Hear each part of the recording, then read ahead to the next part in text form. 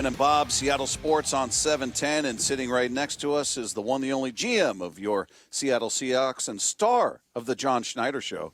That'd be John Schneider. How are you, man? Good, Dave, Betty. Go ahead. How's it going?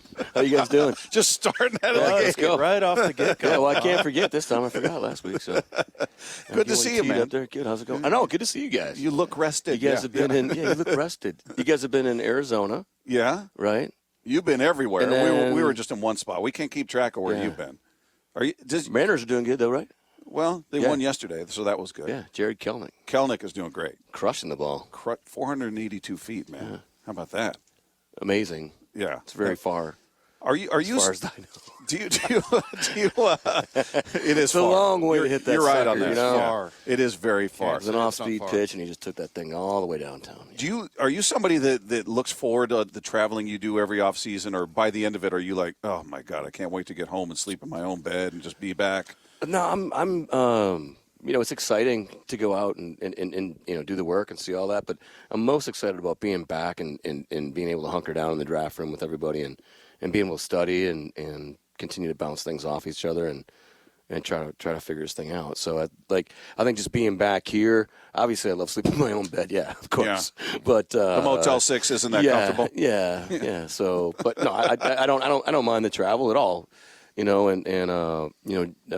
Allen was awesome this year too, so we were able to fly around private, so that doesn't suck. Yeah, that's awesome. Yeah. Hey, when you fly around private in the Midwest, it's 45 minutes here, 50 minutes there. Yeah. It's amazing. You get so much more done. All right.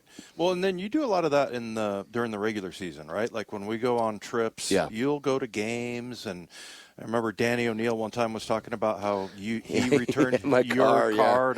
You had 900 miles on it or something.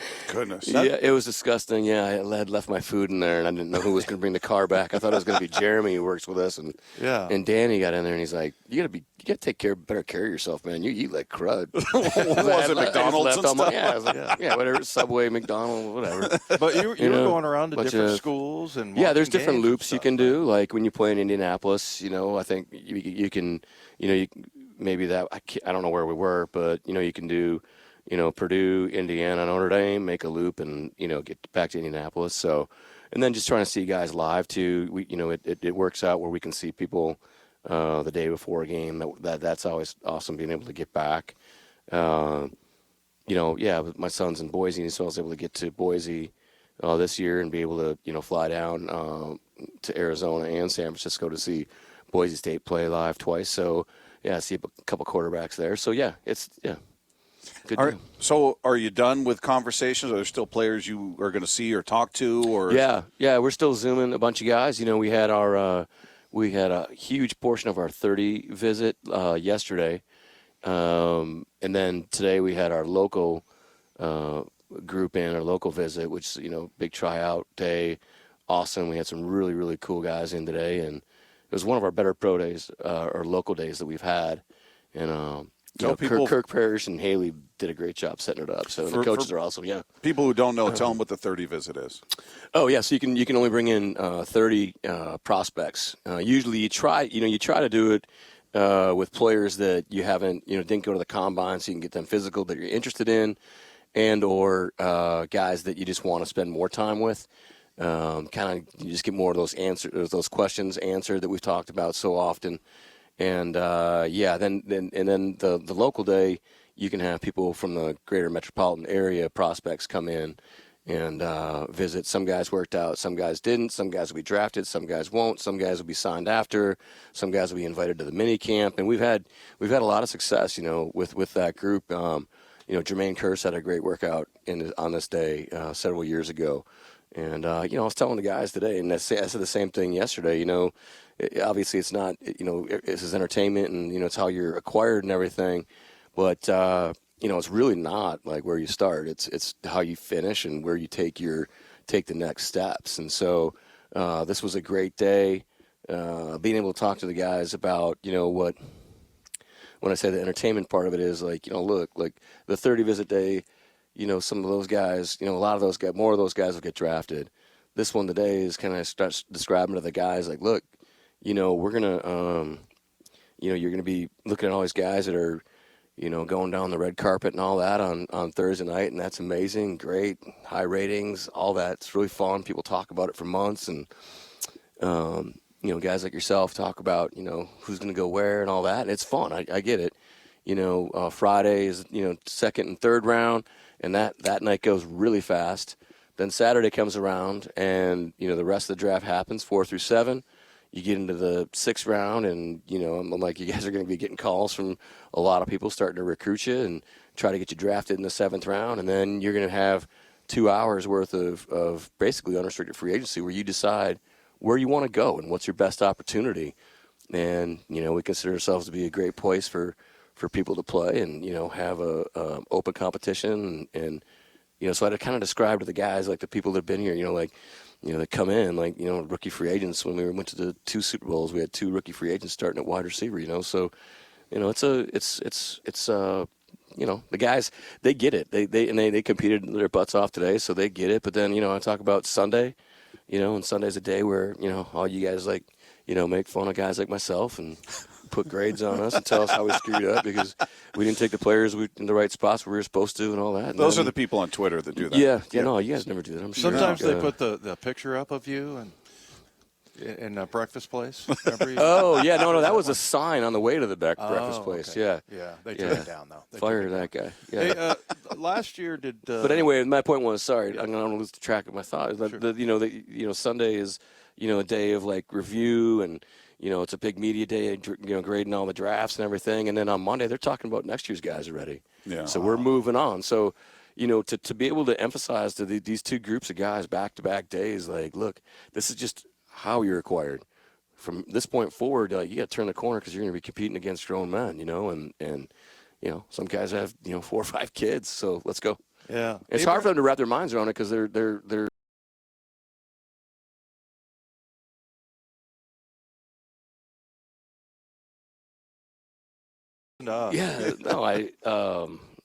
it's just these guys are training, for 40 times and vertical jumps and broad jumps and bench and all that kind of stuff, and it's not football training. They're not getting ready for what's coming, and that's one of the reasons you see so many rookies get injured early on because they're going through a totally different aspect of a football training period, and then they come in and they're supposed to be ready to just go into a mini camp and OTAs and get going.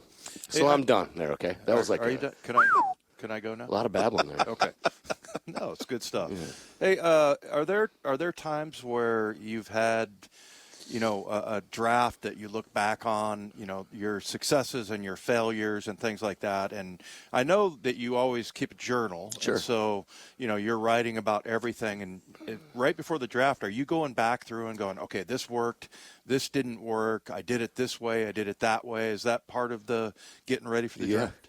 Yeah, absolutely. And, definition of insanity, right, is doing the same thing over and over again, right? So being able to learn from your past mistakes, knowing, how you why you screwed up the evaluation or why, something didn't work and are you going to do that again? You're going to make this exact same mistake, or are you going to get tricked by the tools and the athleticism and all that kind of stuff? Or, right in our hallway, it's I was telling Pete the other day, it's kind of like, it's we have all the drafts up, since we've been here. You guys have seen those sheets that have the pictures of all the guys, and you can literally just walk down the hall and be like, okay, that worked because of that didn't work because of that worked, and I'm like, it's kind of like the analogy with football coaches, Pete. I'm like, this is like every 4th down, like that either worked or didn't work for you, and like, why didn't that work? And so we have a constant picture up of like why, to your point, what the successes were and in a way how we failed. Has your philosophy changed over the years? Like, are you somebody who maybe in the beginning you said, well, we're going to draft for need. We need a linebacker. We need a cornerback. And then you sort of morphed into, no, we're just going best player. It doesn't matter position, or maybe it's the hybrid of the two. Has it changed over the years? I think it's a really, really good question. There's over the years there's been, you have your core philosophies, and that's why you're hired. And then, you have to be pliable. There's a lot of people involved with this. There's, scouts, player development people, coordinators, head coach, position coaches. So you have to be able to like take all this information in, but come back to what your core values are, and know that like by the time you make that decision, which we're getting there. I mean, we were getting pretty close. Now we're gonna have the coaches coming in. The scouts are back right now. We're gonna have the coaches coming back in like a week from today, I think, and we'll go through that weekend, and then we'll pretty much be done. And Pete and I will just be in there, but. Yeah, you just have to be pliable through the whole thing. I mean, yeah, there's every year you go back right away, like, and look at who went where and why and how you evaluated them, and did we grade them down because of medical issues? Was it off the field issues? Did we just miss the evaluation? Mm-hmm. Did we miss something with the character, the psychological aspect of it? There's just a ton that goes into it. Yeah, so some of the funny things that happen is like we try to figure out what you're going to do, right? And sure. So you guys, the highest you've drafted a corner was at number 90, was Shaquille, you and Pete together since you guys have been here. Okay. And then the other one is Richardson. Yeah, he was number 45. And so people kind of think, oh, well, that's just what they do. For a receiver. A receiver. And then, you can get them later in the draft, our deal. But it's not really that way, right? Because every class is completely different. Right. You can go back and look at. I was doing it last night. I went back. I can't say the year. Sorry, but I went back and looked at a class. It was the first round was just awful. And like why did guys bust, and why did the guys make it in that class? And there was only like 5 guys in the class that made it. 2013. That was really good. That was before that. But yeah, I mean it depends on the class, right. Best fit, best player, best fit, and away we go. And right. that's the fit part is something that, and again, I know this is entertainment. So when you guys are talking about, well, I think, these mock guys have this here and that there and all that, and it's understandable because of the player. The easiest thing to do is evaluate the player. Right. That's the easiest part. Bring in the person, bring in the his heart, bring in the mental aspect of it, the psychological part of it, the medical. There's a ton of stuff that goes into it. So it's not. That's what makes it fun, I guess. It does make it fun. Yeah, yeah, because that's just consequence, right? Sure. The fact, and same thing with like Ohio State quarterbacks. We were talking about that that Ohio State. Oh, quarterbacks. like name is it Mike Tomczak? Is Tomczak, it? Yeah, like who are the best? Yeah, that's funny. Yeah. We were actually doing that when we were at the school. We're like, we're okay. There they are. There hasn't been many for such a storied program. That can't be a thing, right? I mean, it has to just be circumstance because it's a great program. Yeah. It's just that their best quarterback out of that program happens to be Mike Tomczak. Sure. Well, think of it though, right? They're playing big boy ball in the Big Ten, right? And they're up until the last couple of years before things started getting a little more spready in their system, they're playing great defense and they're running the crowd out of the ball, and they got they have the only player that was a back-to-back Heisman Trophy winner, right? So I mean, it's just the evolution of that that school and where college football is going. We were asking our listeners yesterday, what did they want us to ask you, and outside of who you're going to draft and all that. Yeah. Somebody asked, I thought it was a good question, is there anything that other teams focus on or prop up as something really important that you guys as an organization look at and go, we don't put as much into that? Or maybe the reverse, something you really say, this is something we really focus on that maybe other teams don't put as much emphasis on when evaluating a player. Good question. When evaluating a player, I was going to say, some teams won't necessarily take a player because they're afraid of, blowback, from like the fan base, and then like, man, I'm not sure we could do that. We don't do that because we just believe in what we're doing and we just keep moving forward. I think the evaluation piece of it, I don't know, because I think I've been with 3 different clubs, and we've I've kind of taken bits and pieces of the stuff that I liked and eliminated the stuff I didn't like throughout the evaluation process to kind of streamline it, and then as well as making everybody feel like they have a voice and they're being heard, and coaches have the buy-in for their players. So yeah, because they don't necessarily know. You're not necessarily. It's been 14 years now since I sat in a different draft room, so yeah, it's hard to know exactly how other people are tweaking their systems and their processes. So it's got to be. I mean, in some ways, you probably try to make it so it's easy on draft day, but that's got to be the most difficult part of your job. Those days, or do you have it down where it's like, okay, we have this system. If this happens, I've got A, B, C, D, E. Yeah. Or is it truly like the most difficult part of your job? No, I think it's the most difficult part of what we do leading up to the draft is making sure that the board, which is a map basically, looks exactly the way we want it, and that everybody's comfortable. To your point about the different scenarios, whether we're moving or we're not moving, and where to move in certain areas to acquire specific players at different positions. And so by the time we get there, I know that, it's like I describe it to Pete where it's basically how I feel on game day.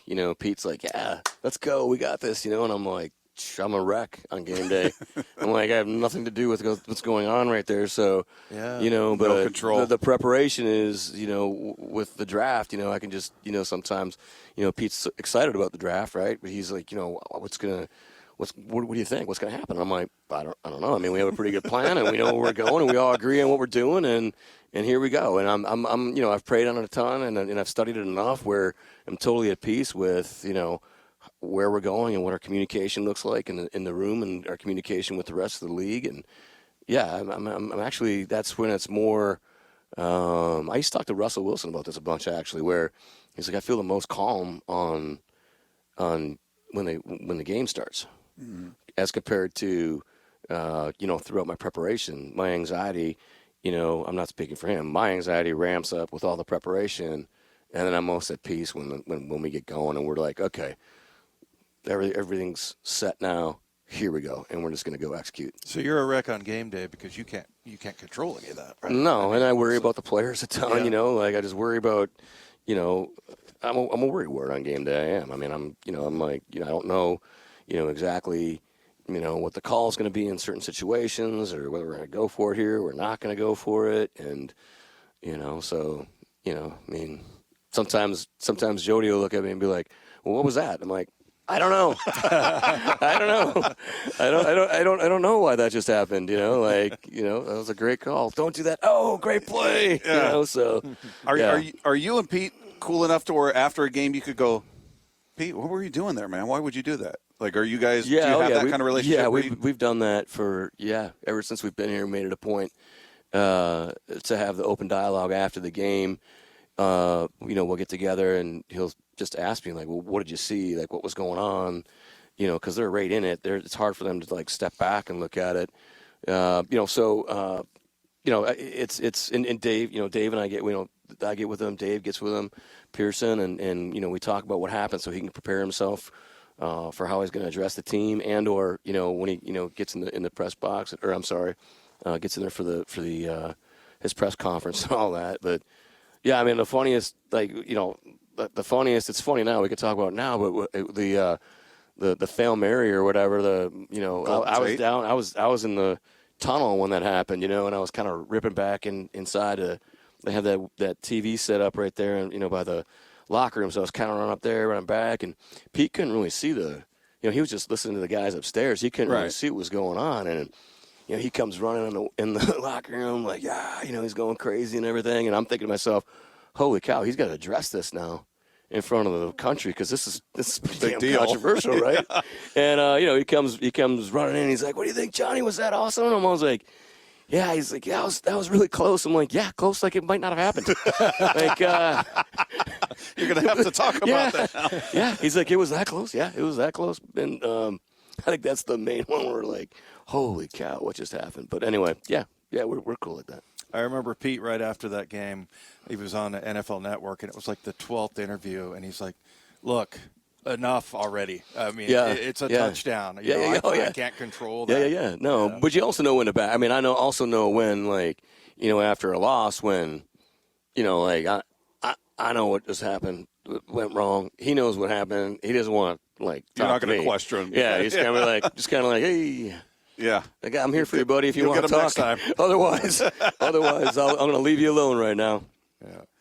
Well, and so what's left to do between now and we got 2 weeks, right? Yeah. 2 weeks coming up. It went by fast. Yeah. So we're in with the scouts right now. We're finishing up going. This is like our third time through the board. how many will there be total? 5. Wow. Yeah. Like it's a like rescraping kind of, not taking everybody off, but just it's a moving around and making sure everybody gets has all their input and you got everybody feels good about it. Isn't it a big magnetic board? Yeah, you have? yeah, we're kind of old school that way. I've been in some of my buddies that showed me their draft rooms that are all like pretty modern with all the monitors and everything, and I'm like, A big digital I'm super readout. visual. I look around the room like this so I can see everything. It's all, and I'm like, well, what happens if that thing goes down? Yeah. Like. And they're like, oh, I don't know.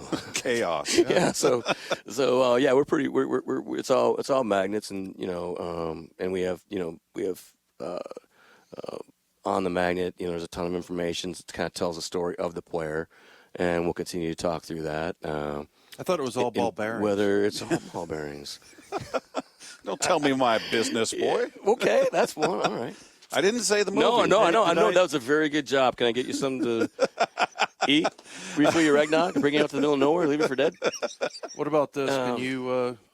Is this gonna? Maybe that's nice. something. Oh, I wouldn't, but they can't see it, right? Like you're not. They don't need to know.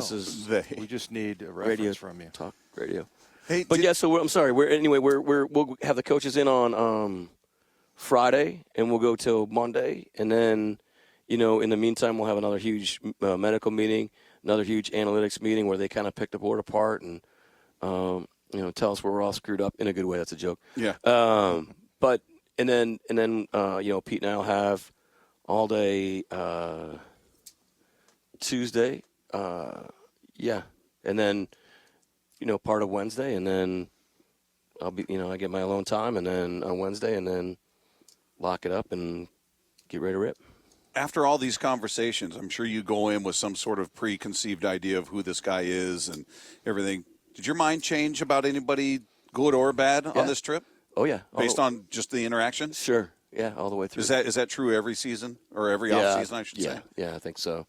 You can listen to people talk about guys, but you can also, you experience it yourself. We had a 30 visit the other day or 2 days ago where, we're down at the stadium interviewing the players, and one of the players is kind of blowing me off. I'm sitting next to him and I'm asking him questions. He has no idea who I am, and so I'm like, oh, really? I'm just small talking like crazy and asking him questions, and he's worn out by all the, the travel and the interviews and all that kind of stuff. And then, I'm basically the first one that addresses all the players in the morning and everything. And I looked at this guy, and I don't think he's looking at me like, no way, that's the general manager? You gotta be kidding me, off. Son of a. He was totally blowing me off the night before. He's looking at me like, I could see his eyes like, going, oh, I'm sorry. No. I'm sorry. Yeah, I'm like, it's my 30th draft, and he's like, holy cow, you look like you're, Yeah. So did you come back up to like you were supposed to go get my lunch. Yeah. Did he come back up to you and say, sorry about that, man? No, I never saw him. I did see him one time, but yeah. Hey, one last one. I know we're up against the break. We played a cut the other day from somebody who said, in interviews, coaches, GMs, whoever will go in there and ask a question they already know the answer to, but maybe the player doesn't realize it. Yeah. In order to see how they respond. Is that something that you do? Everybody kind of does? Yeah, absolutely. Do you often get somebody who doesn't give You're you talking about just softball that we know the answer to the test? One they wouldn't think you knew the answer to, like, hey, tell me what happened with this game or what happened with this incident, and you already know the answer. Yeah, that happens. You want to see if they're going to be honest. That happens. Yeah, that happens. Or incidents off the field. Right. Yeah, absolutely. And you know the answer, but they give you something different. Yeah. It's disappointing. It's interesting that they would do that. Happens more often than you think.